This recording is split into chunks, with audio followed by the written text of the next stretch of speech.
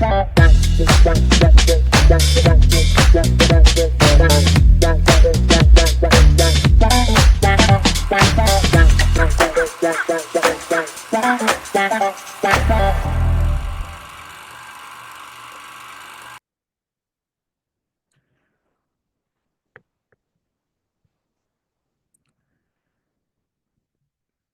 readers and viewers, welcome to Magazika. Today's guest is a highly experienced therapist and entrepreneur, Alana Hovis.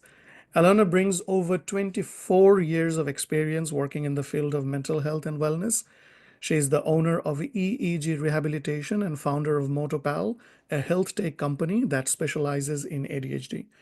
She also works in occupational therapist at Island Health, Vancouver Island Health Authority. As a certified ADHD Rehabilitation Service Provider and a member of Canadian ADHD Resource Alliance, Alana is deeply involved in supporting individuals with ADHD. We will get some very insightful ideas from her today. So let's jump into the conversation. And Alana, warm welcome to Magazika. Yes, thank you for having me. It's an honor. Thank you. So first, we always start with a very motivational and very personal touch of the journey of yours. So could you tell us about your journey into the field of mental health and what exactly inspired you to specialize in ADHD rehabilitation, please? Yeah, as you alluded to, I've been an occupational therapist for over 20 years, and I started my career in the hospital setting, so working in the acute psychiatric unit, and then also transitioned to a community mental health team. Oh. And I think through that process, I realized that I really enjoyed connecting with people and learning their unique stories and their journey to self-discovery, and kind of a less prescriptive role compared to physical medicine. I still work in physical medicine, but I certainly enjoy just journeying alongside people and hearing their stories. And what about finding the motivation for finding MotoPal? Like what motivated you to start it, and how has it impacted your view to ADHD treatment, and how you initiated MotoPal and how MotoPal impacted you both? Yeah, I come from a background with no tech experience. So it kind of found me. And I love creating and finding solutions to problems. And so it's turned out to be quite a natural fit for me. I have a son who was diagnosed with ADHD, and so it really spurred me on to get as much education as I could in the field, and find resources and tools that could help him. And so, that's kind of prompted my interest in trying to help other people with ADHD along their journey, their wellness journey. Yes, and as we always say that truth is out there, but truth becomes your personal truth through your own experience. So whenever we experience it. Yeah, passion, exactly. Passion fuels a lot of creativity and natural source, I think, of innovation, right? So when you find your passion and your strength, and this is what I do a lot with people that I work with, is when you operate out of your strengths, things flow, right? It takes less effort. Yes. And you mentioned two very important words that is very close to me as well. That is passion and innovation, because whenever you are passionate about something, innovation becomes a natural flow. Yeah. And it just takes less effort, right? So it fuels kind of that it just takes less work, right? And you're operating out of what truly makes you tick. Yep. Yep. And regarding that innovation, so can you share some of the innovative techniques and therapies you use at MotoPal or EEG rehabilitation that have shown significant results for individuals with ADHD? Yeah, I think, the world of or the field of ADHD, the research is ongoing, which is great. And so the field is navigating how to best support people with ADHD. And so I think what's piqued kind of my curiosity is the potential for AI in how it might be able to assist um, kind of the executive function challenges that can be associated with ADHD, Mm. and how it might reduce that cognitive effort, kind of like we were talking before, right? How can we find things to reduce the cognitive load and effort for people to be able to do their day-to-day life, right? So I think AI is going to be, potentially useful for the organization and planning and breaking tasks down into um, smaller chunks to make it more manageable for people. And I've seen this in my practice, right? So I've used, um, clients have used AI to write maybe difficult emails, um, Ah, or to start larger projects that they don't quite know how to get going because it's a little bit overwhelming, right? So how to kind of bridge that motivational gap, um, so that the tasks seem less overwhelming and kind of get started with something. So I found it quite useful in that regard. And I think, yeah, how the rest evolves, we will have to wait and see. yes, we are, in that sense, we are all living in a very interesting and very rapidly transforming world. Yes, exactly. And another point of view, sometimes I see so many YouTube videos, and sometimes, and after that, whenever I talk to real entrepreneurs, starting anything is hard. Yeah. Anything is hard. It is sometimes, not all, but sometimes it is projected in the YouTube videos that it is a very romantic adventure kind of thing. It's not. It's all blood and sweat. Some most of the time. Absolutely, I can attest to that, right? There's a lot of up and downs, and you have to ride the wave of being an entrepreneur and reminding yourself, like, what's your why? Why are you doing it, right? What's the end game? Keeping that in mind, and then also being along for the journey, just like everything, right? If we lose sight of kind of those ups and downs and don't Mm. ride the wave, then we're missing out on potential maybe personal growth or learning from somebody else. And sometimes the messy is where beautiful moments happen, right? Order out of chaos. Yeah. So, what are the biggest challenges you have faced by going through, like swimming through your career, or whenever you start planning to start MotoPal, and how you the all the triumphs that so far came, because that is why you are here. So you are at this position. So what are the challenges and how you kind of overcome it? Yeah, I think kind of working in the mental health space, it's not linear. It's not Yeah. something that we can quickly wrap up in, 6 to 8 weeks. We expect the soft tissue injury to resolve and you're on your way, right? And so I try to encourage my clients that it takes time to discover how you tick and what works best for you. And it takes time to create systems and supportive strategies. And so there's a lot of self-compassion um, that needs to happen, and celebrating the small successes along the way. That's really important, right? Mhm. So I think that's kind of the biggest challenges, is that it takes time for self-discovery and figuring out what works for you. And that requires a lot of self-compassion. Yeah, I really like that concept. I can easily personally relate to that, the conversation we had before the interview started. Yes, waiting. It's a long-term game. It's Yeah. not a short-term game. It's not a 90-minute match. It's like a marathon race, Yeah. like a very long-term. And you have to, two of the concepts I really like, that is, you have to make a very persuasive why, and you have a very, very nice self-compassion. Otherwise, you can't let's say go on nicely in this long-term race. Yeah, it's a journey, right? With many It's a different journey. It's a journey, many different paths, And we don't always know what's around the corner, but sometimes those are beautiful things and sometimes those are hard things, Right. right? That's Both, life. both. Yes, both. Um, the total bend and corners of the journey will surprise you in both positive and negative ways. Yeah, No absolutely. wonder about it. Yeah, and So, so we need community to kind of navigate that, right? yeah, So finding connection with people and that can support you along the way.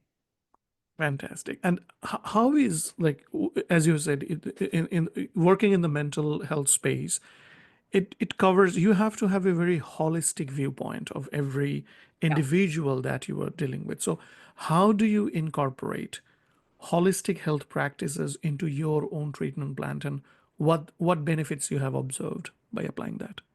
Yeah, well, I think the beautiful thing is that occupational therapy is really holistic in nature. Within our framework, the person is at the center.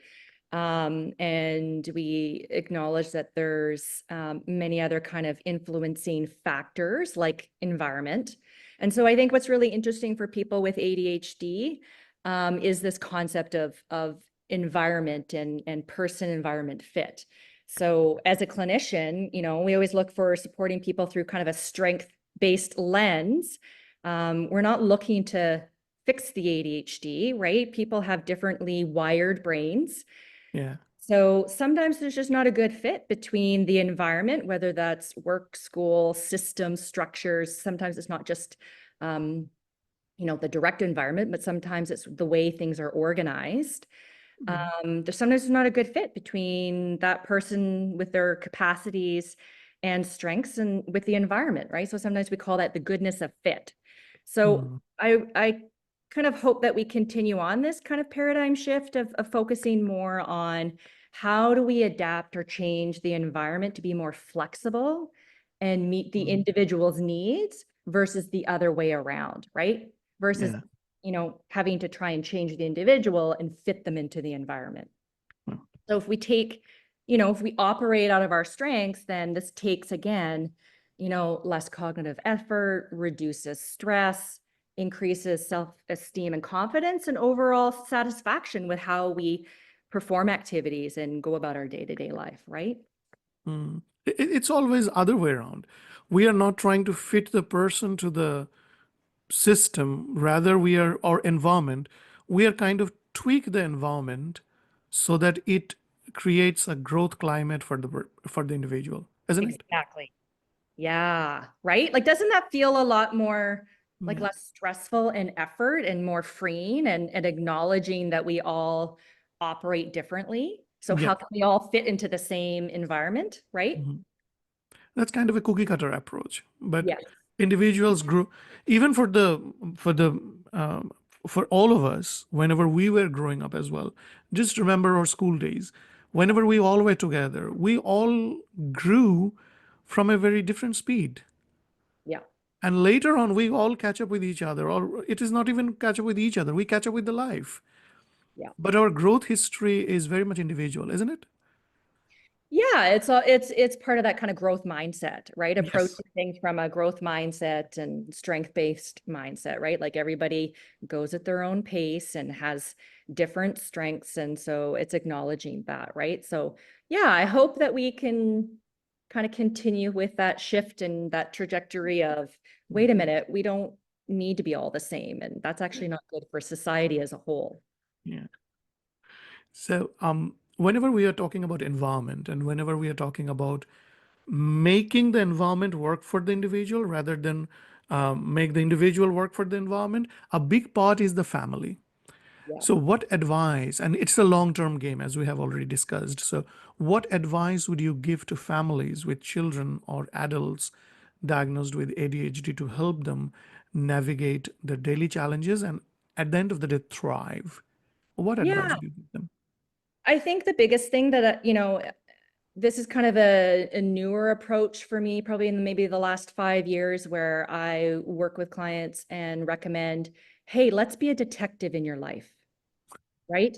So, I often say we're collecting data to Yeah. help inform what works best for you, right? So let's do a series of experiments. Let's see what works. Let's see what doesn't work. but let's figure out, how do you tick?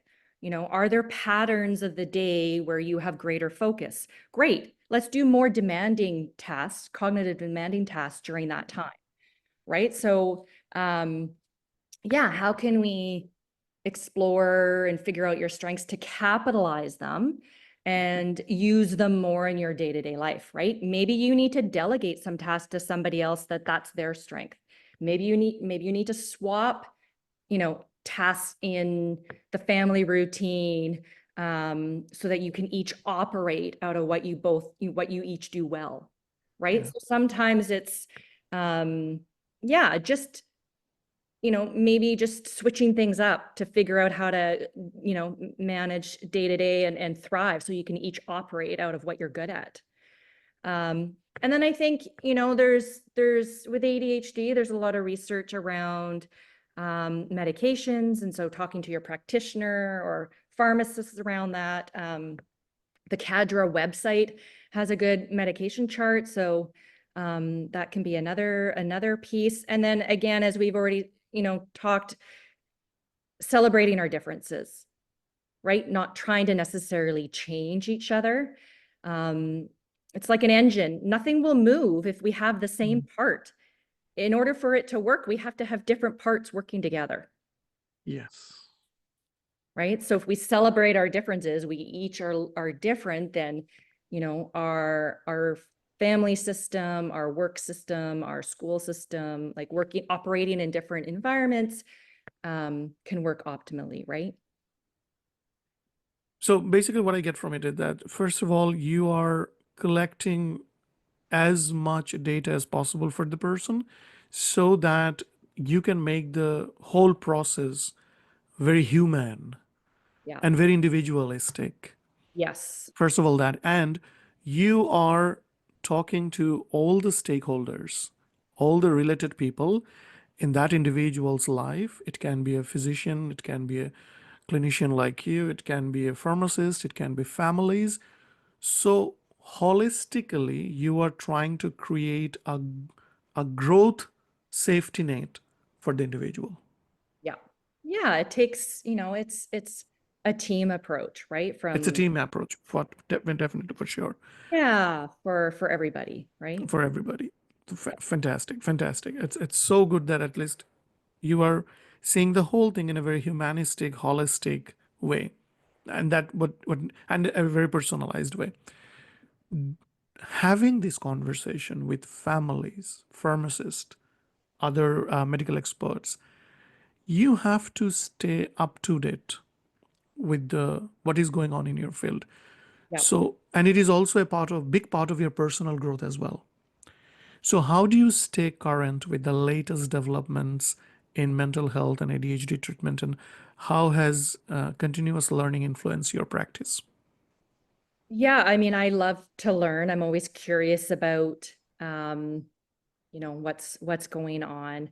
I attend a lot of workshops and conferences and webinars and belong to various professional associations as well as advocacy association and groups to stay current. So things like you had mentioned CADRA, the Canadian ADHD Resource Alliance, Mm, CADAC, which is the Center for ADHD Awareness Canada, mm, my own professional organization, the Canadian Association of Occupational Therapists, and then CHAD, which is the ADHD organization out of the States. They have a lot of good mm, research and information as well. So yeah, kind of staying connected with all those various resources and bodies. And then I also like to attend conferences that are actually outside my direct scope of practice.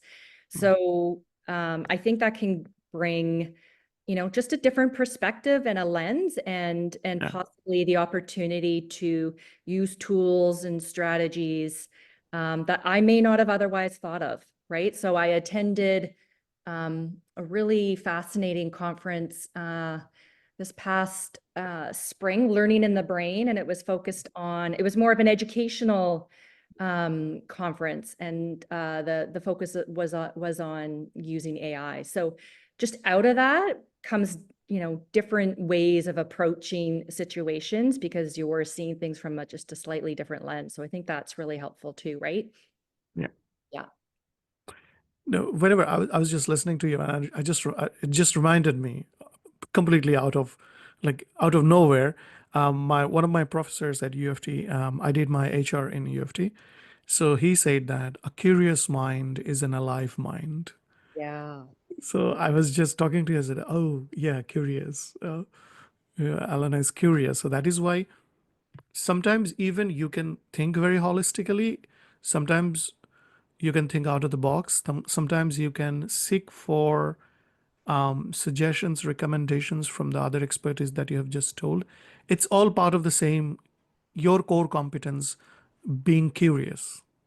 Yeah, I think that's what led me also to go down the route of technology and how can we use technology, so a sector that I was not otherwise familiar with, Yeah. and how can we use that as an external support for the driving experience for new drivers with ADHD, right? And so Mhm. delving into a completely different sector may possibly be able to offer something else to help people, drive new drivers drive safely and with more confidence um, and increased parent peace of mind as well, knowing Yes. that there's a Yes. tool, right, Mhm. that might also be able to support their new driver. So Any success story you like to share from your practice particularly stands out and highlight the impact of your work? Any success story?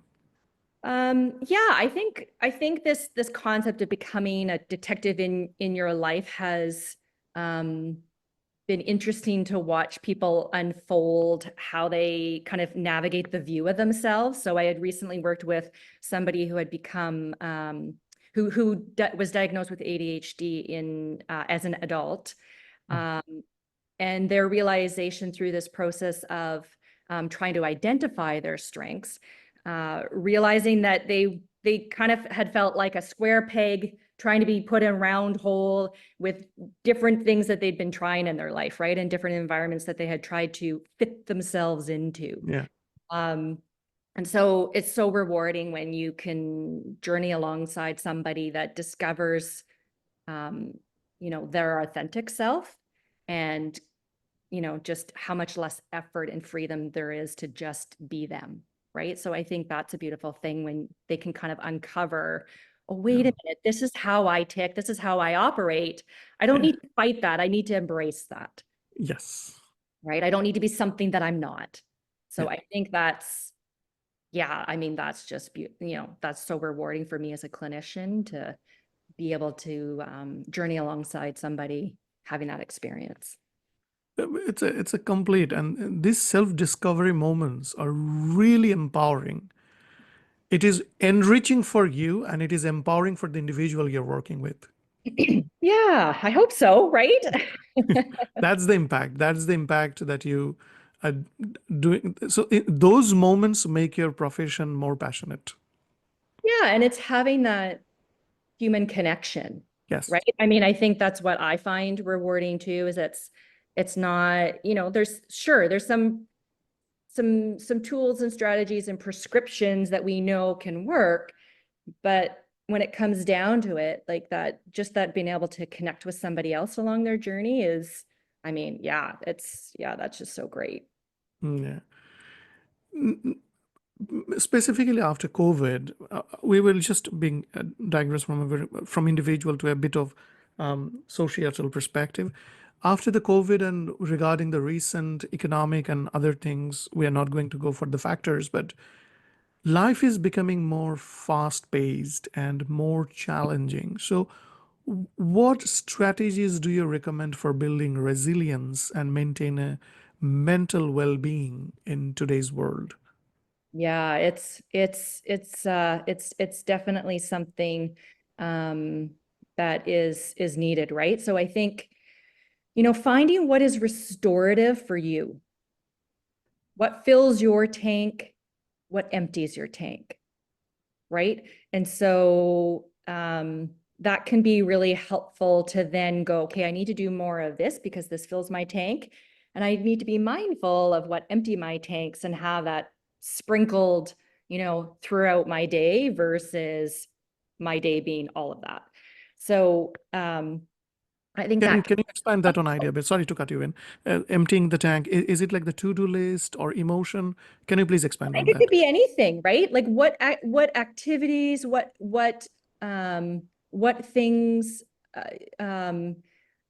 make you feel like you're just spinning your wheels and you're Ah, emptying your tank of either emotional well-being, physical mm-hmm, well-being, energy. So I think it can encompass anything, right?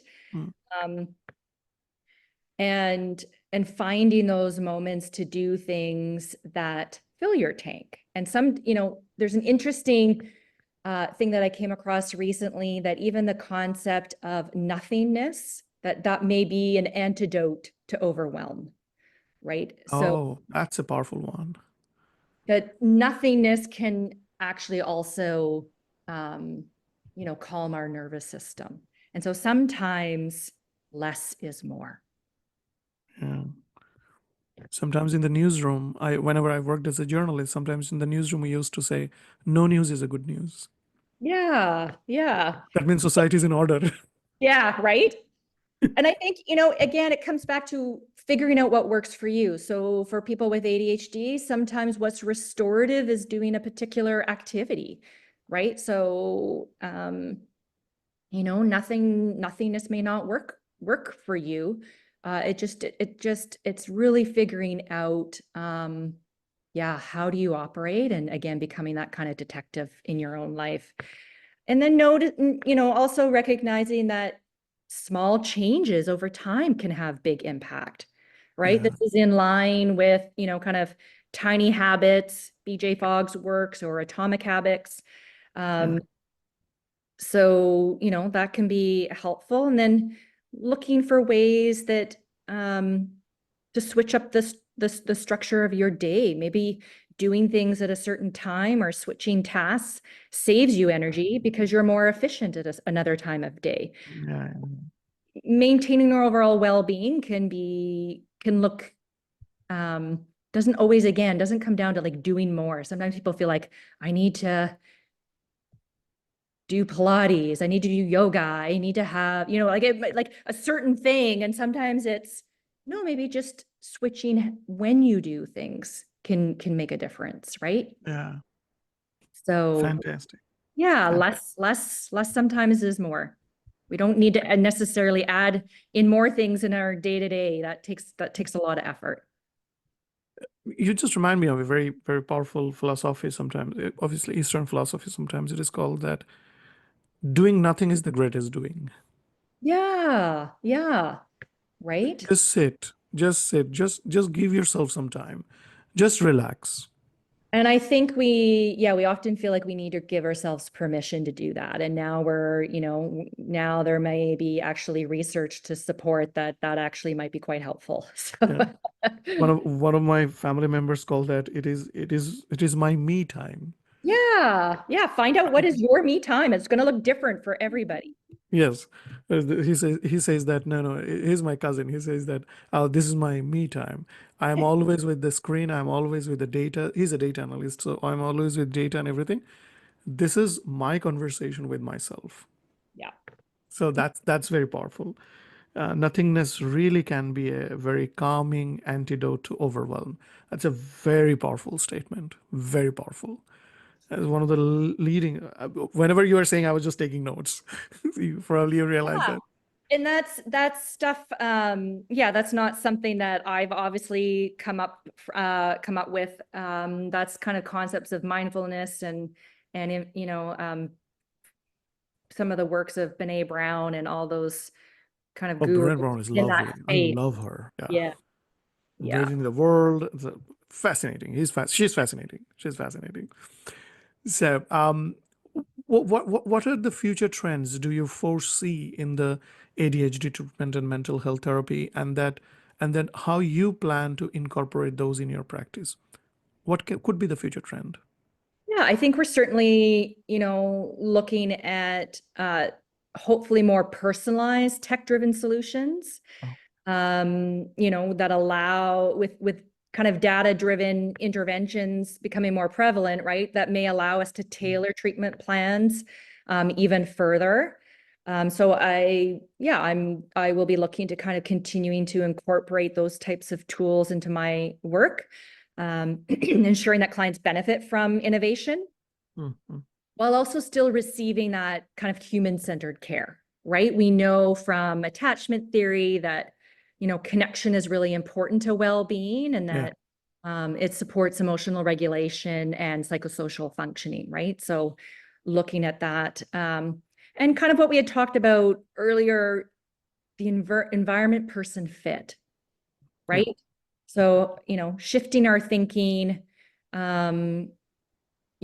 hopefully within the workplace and school and home, where we each operate of our own unique strengths, and having more flexibility with that, and that, could potentially help us all thrive.